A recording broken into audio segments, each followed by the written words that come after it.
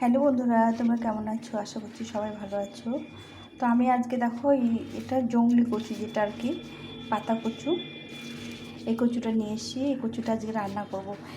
খেতে ভীষণ ভালো লাগে, তোমরা কে কে জানো জানি না, ওর জন্য আজকে তোমাদের সঙ্গে রেসিপিটা শেয়ার করব। তো এই এই পাতাগুলো পাতাগুলো খেতে ভালো লাগে।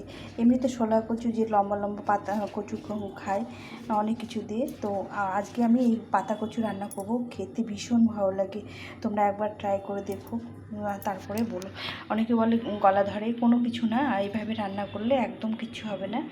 আর গলা ধরার তো কোনো কথাই নেই, আমি তো কিছুই করিনি, ভাপিও নিই না, কিছু না, তাতেই আমার কোনো রকম অসুবিধা হয় না বা খেতে ভালো লাগে, সবাই খায়। তো আজকে রান্না করবো। দেখো এখানে আমি ছোটো ছোটো করে কেটে নিয়েছি, একদম ছোটো ছোটো করে পাতা ডাঁটা সহ সব সহ কেটে নিয়েছি। এই দেখো আমি কেটে ধুয়ে নিয়েছি, তবুও কিন্তু কোনো হাত ধরেনি বা কিছু হয়নি। এই যে এরকম করে ছোটো ছোটো করে ডাঁটাগুলো নিয়েছি, আর পাতাগুলো একটাও ফেলিনি। এই পাতাগুলোই খেতে বেশি ভালো লাগে, পাতাগুলো পুরোটা নিয়েছি। তো চলো রেসিপিটা শুরু করি। এখানে আমি কড়াই বসিয়ে দিয়েছি। শাক কচুতে খুব একটা বেশি তেল প্রয়োজন হয় না, একটু তেল, খুব বেশি তেল দেবো না, এরকম দিলাম। তেলটা বেশ গরম হয়ে গেছে, তো এখানে আমি শুকনো লঙ্কা ফোড়নে দেবো। যে কোনো তরকারিতে শুকনো লঙ্কা ফোড়ন দিলে মা বলে যে একটা সুন্দর গন্ধ বেরোয়, মানে তরকারি একটা সুন্দর একটা সেন্ট হয়, যার জন্য প্রতিটা তরকারিতে আমি একটু শুকনো লঙ্কা ফোড়নে দিই। তো এই দুটো শুকনো লঙ্কা দিয়েছি এখানে, যেহেতু কচু যার জন্য দুটো দিয়েছি। একটা তেজপাতা দিয়ে দিলাম, আর বেশ কিছুটা পরিমাণে কালো জিরে।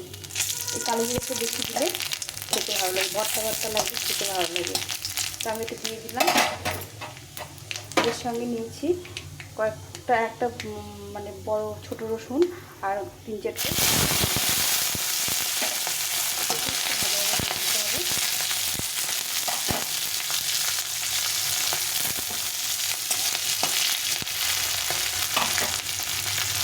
এখন আমি দিয়ে দেবো কচুর শাকটা।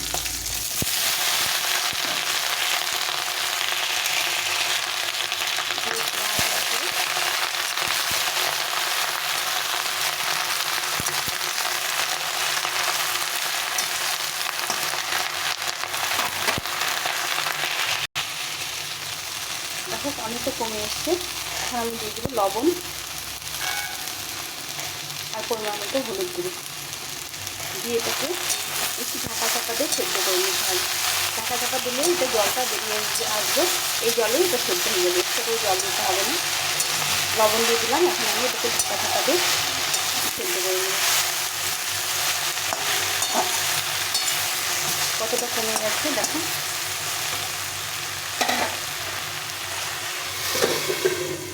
ঢাকা দিয়ে দিলাম।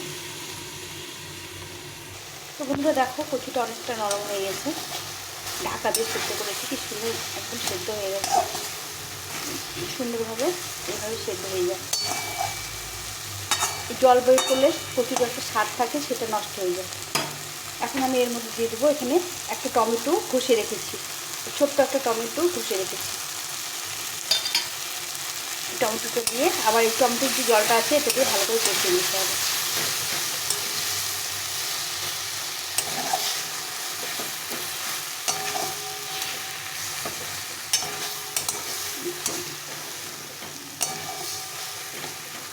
এটাকে ভালো করে কষিয়ে নিতে হবে অনেকক্ষণ ধরে। তো বন্ধুরা দেখো কতটা সুন্দর হয়েছে, একদম সেদ্ধ হয়েছে। এটা ভর্তার মতো করে এটা ভালো করে নেড়ে শুকিয়ে নিতে হবে, অনেকক্ষণ ধরে শুকাতে হবে, কোনো দিনের রস না থাকে। এখন আমি এর মধ্যে দিয়ে দেবো, স্বাদের ব্যালেন্সের জন্য একটু মিষ্টি দিয়ে দেবো, চিনি দিয়ে দেবো, দিয়ে এটাকে ভালো করে নাড়াচাড়া করে শুকিয়ে নিতে হবে।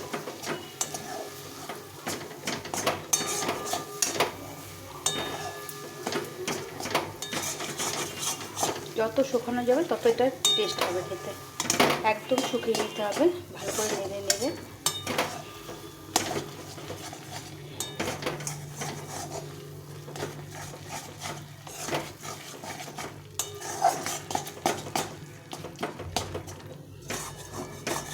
ভাপানো বা বাটা বুটা কিচ্ছু করতে হবে না, এইভাবে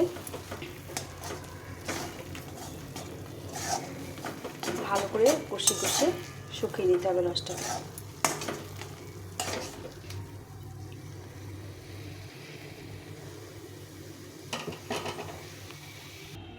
তো বন্ধুরা হয়ে গেছে আমার কচু শাকের ভর্তা। এটা এখন উঠিয়ে নেব। এটা খেতে ভীষণ ভালো লাগে, তোমরা একবার বানিয়ে খেও। কচু তো সবাই খাও, এই কচু শাকের যে ভর্তাটা হয় এটা খেতে আরও ভালো লাগে।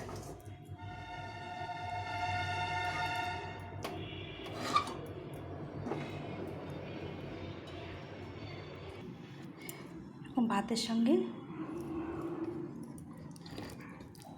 একটু কচু ভর্তা দারুণ লাগে খেতে।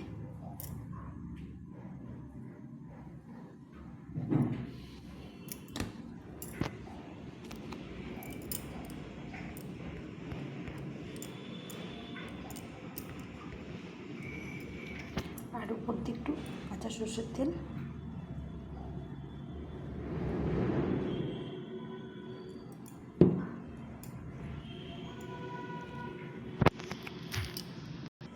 তো বন্ধুরা কেমন লাগলো আজকে আমাদের কচু ভর্তা?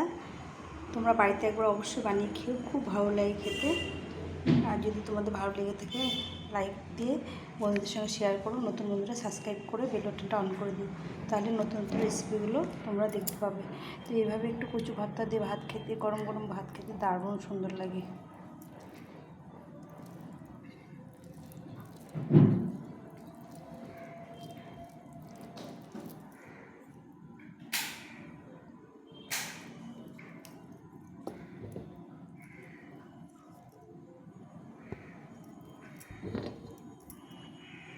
তো সবাই ভালো থেকো, সুস্থ থেকো। এখন এখানে রাখছি, টাটা।